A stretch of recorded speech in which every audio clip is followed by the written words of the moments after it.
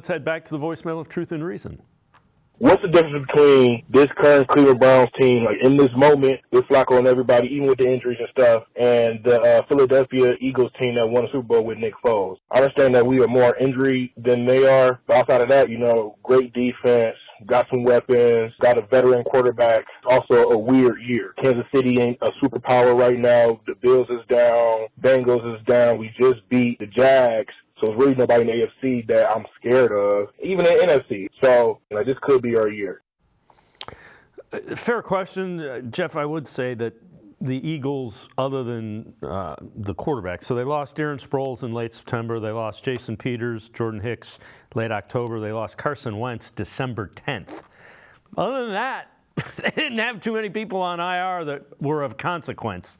That's drastically different than your fourth and fifth tackles and your fourth and fifth safeties. So they went further into their depth. That's all. That's what I'm saying. And not to mention you've had to play 4 quarterbacks. And not to mention the basically most renowned running back in the NFL as well. So certainly the Browns are in a little bit worse situation. But again, I don't think anybody they're playing cares. I don't think anybody in the NFC is going to care. You just got to go about your business. And look, you can't control what you can't control. And I saw something the other day. The Browns got to fire their trainees.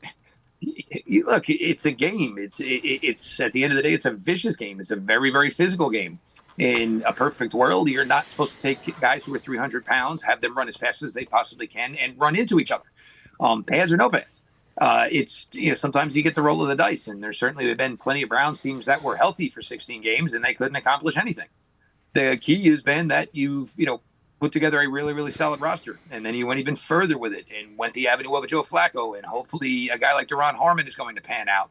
And again, you have draft choices that have barely played this year who are significantly high draft choices, and you're getting those guys into the fold now. And maybe where they weren't totally confident in everything they would have had to do week 1, week 2, week 3, by week 15, these guys should be pretty well coached up. They should be very, very comfortable within the playbook, within what their role is when they're called upon it.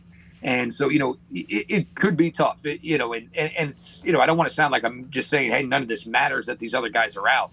But, you normally when you lose these amount of guys, we're getting to the point of who is this guy?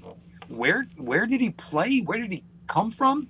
But, a lot of these guys that the Browns are bringing in and putting in, they're either high draft choices or, they've been veterans, that waited their time for their number to be called. And a lot of successful teams have done that in years past, waited on the guys who still, basically hung out on the couch till about November or so. And the Browns are just basically doing what other good teams have done in the past.